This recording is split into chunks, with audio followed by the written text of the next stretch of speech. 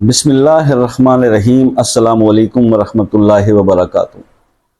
دوستو، ڈنکی مت لگائیے، لیگل طریقے سے امیگریشن دلوانے والا یہ وظیفہ کر لیں۔ سورہ اسراء کا وظیفہ، ایک آیت کا وظیفہ۔ یہ پرابلم آج کل بہت چل رہا ہے۔ دوسرے ملک اپلائی کیا ہوا ویزا نہیں لگ رہا، غیر قانونی طریقے سے ڈنکی لگا کے نکل جانا، اللیگل ڈاکومنٹ سے نکل جانا، وہاں پہ جا کر لیگلائز ہونے کی کوشش کرنا، پھر پکڑے جانا، پھر تکلیف کے حالات شروع، پھر پیچھے گھر والوں کو روتا چھوڑ کے جانا۔ یہ آج کل کے نوجوان کی اور کافی لوگوں کی کہانی ہے۔ بہت زیادہ مجھے جو بھی نوجوان آدمی آج کل ایجوکیٹڈ پڑھا لکھا رابطے میں آتا ہے یا واٹس ایپ پہ بات کرتا ہے تو اس کی ایک ہی خواہش ہوتی ہے کہ حضرت صاحب، شاہ صاحب کوئی ایسا وظیفہ بتا دیں کہ باہر کا ویزا لگ جائے، امیگریشن ہو جائے، اپلائی کیا ہوا انٹرویو میں کلیئر ہو جاؤں۔ یہ جتنے بھی مسائل ہیں آپ کے، اس کے لیے میں آپ کو یہ ایک وظیفہ دینے جا رہا ہوں۔ انشاءاللہ لیگل طریقے سے آپ کا ویزا بھی لگے گا، آپ کی امیگریشن انٹرویو بھی کلیئر ہوگا، آپ جو چاہیں گے ملک سے۔ لیکن تکلیف بڑی ہوئی یہ بات سن کر کہ اب یہ جگہ اس قابل نہیں رہی کہ یہاں پر رہا جا سکے۔ کیا بد نصیبی ہے اس کنٹری کی، جس کا یوتھ جو ہے نا، جس کا مستقبل جو ہے، نوجوان جو ہے، وہ اس ملک میں رہنا پسند اب نہیں کرتا۔ کتنی تکلیف دہ یہ بات ہے۔ ملک بنانے والوں کی روحیں کانپتی ہوں گی یہ دیکھ۔ ایک شکوہ میں آپ لوگوں سے بھی ضرور ڈسکس کرنا چاہوں گا۔ ہر معاملے کے اندر جب بھی کسی سے بات ہوتی ہے نا، جنرل ٹاپکس کے اوپر، دوست یار بھی بیٹھتے ہیں، آپ لوگوں سے بھی فون پر باتوں کا گپ شپ ہوتی، تو ہر آدمی یہ کہتا ہے جی ملک بس صحیح ہے، ہماری حکومتوں کا قصور، اور ہر چیز جو ہے حکمرانوں پہ اور سب چیز ان پہ ڈال دیتے ہیں۔ آپ کو میں ایک بات بتاؤں، یہ تو ثابت ہے نا کہ یہ فرما دیا گیا تھا کہ جیسے تم لوگ ہوگے ویسے تم پر حکمران جو ہے وہ مسلط کیے جائیں گے۔ شکوہ تو ہم بہت زیادہ ان پہ کر دیتے ہیں۔ آج کے حالات کیا ہیں؟ آج کے حالات یہ ہیں کہ اس ملک میں بچا ہوا صرف وہی شریف وہی ہے جس کا داؤ نہیں چلتا، ورنہ کوئی کسی کو نہیں چھوڑتا بھائی۔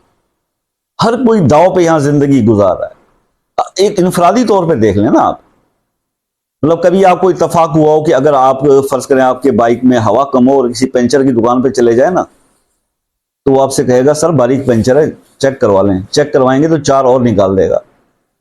آپ کو پتہ ہے نا، کبھی ایسا ہوا ہے کہ موٹر سائیکل کسی نے کھلوایا ہو اور اس میں کوئی پنچر نہ نکلا ہو اور اس نے کہا کوئی نہیں جی آپ جائیں، وہ پھر بھی پیسے لے لیتا ہے، کوئی نہیں چھوڑتا۔ الیکٹرانک کی کوئی چیز کا آپ ویسے کسی کو بلا لیں نا، ذاتی تجربہ بتا رہا ہوں، اے سی کی سروس کرنے آیا تھا، اچھا خاصا اے سی چل رہا تھا، میں نے کہا یار گیس بھی چیک کر لینا۔ اس نے وہ لگا کے نا ایک پرزا تھا، اس نے کہا جی یہ تو 6 7 8 10 پوائنٹ کم ہے، یہ تو بہت کم ہے، تو 3 4 ہزار روپے کی گیس ڈلے گی۔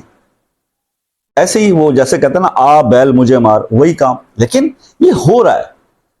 اسی طرح ضروریات زندگی، سبزی، گوشت، آٹا، راشن، کسی جگہ پر آپ چلے جائیں، کیا کوئی مسلمان دوسرے کو چھوڑ رہا ہے؟ سنت رسول بھی رکھی ہوئی ہے دکانوں کے اوپر۔ مکہ مدینہ سے کم تو کوئی دکان میں نے دیکھی نہیں، جس کو دیکھو مدینہ کریانہ، مکہ کریانہ، مطلب اللہ رسول کے نام رکھنے ہیں، ہر سال حج و عمرہ کرنا ہے، ٹھیک ہے۔ ریٹ ابھی بجٹ میں ڈسکس نہیں ہوئے، یہاں چٹوں پہ چٹیں پہلے نئے ریٹ کی لگ جاتی ہیں، پھر حاجی صاحب ہیں جناب۔ یہ جب ہمارے اپنے کرتوت ہیں، ہمارے اپنے اعمال ایسے ہیں، پھر جب ایسے حکمران آ جائیں تو اس میں ملک کا کیا قصور یار؟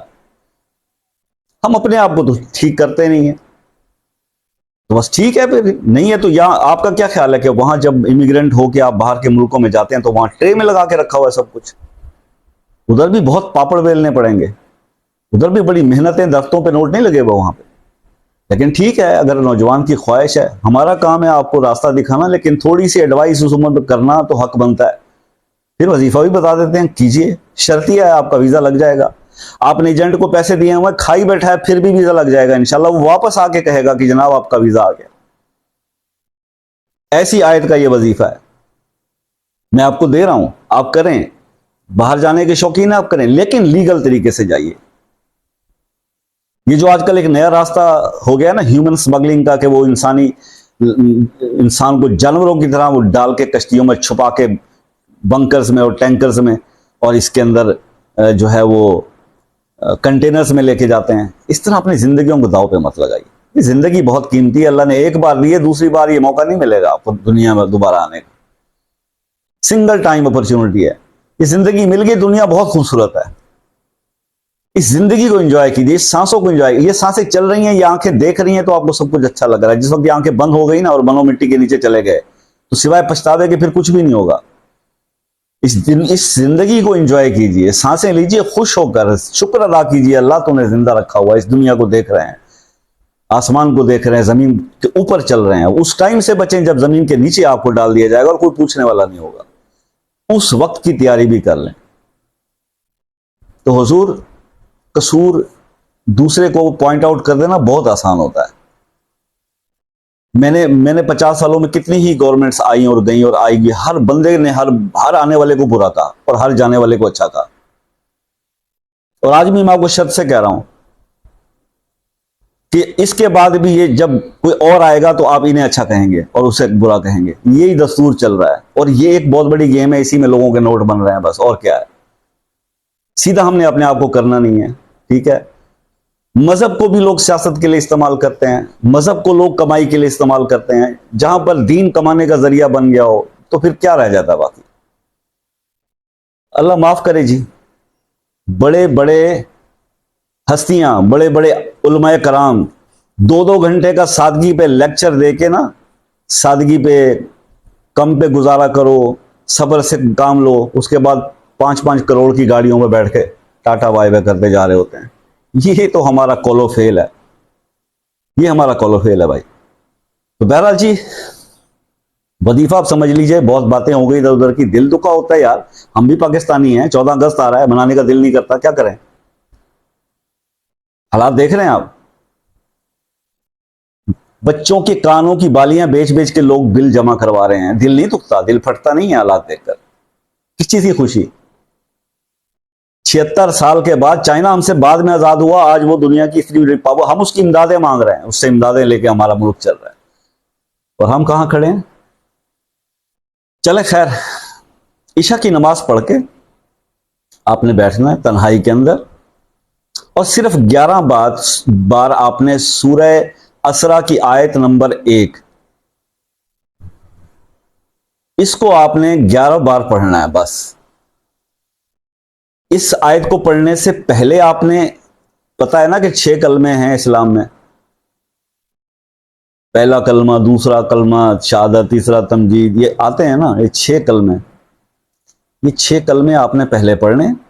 11 بار آپ نے سورہ اسرا کی آیت نمبر 1 پڑھنی ہے, سبحان الذی اسری بعبدہ. اس کے بعد پھر 6 کلمے پڑھنے. اپنے لیے دعا کرنی ہے, جو بھی مسئلہ آپ کا, امیگریشن کا ہے, پاسپورٹ کا ہے, ویزے کا ہے, کسی ملک میں جو بھی مسئلہ ہے, ایجنٹ سے پیسے, جو بھی, وہ آپ نے کرنا ہے. اور اس کے بعد دعا.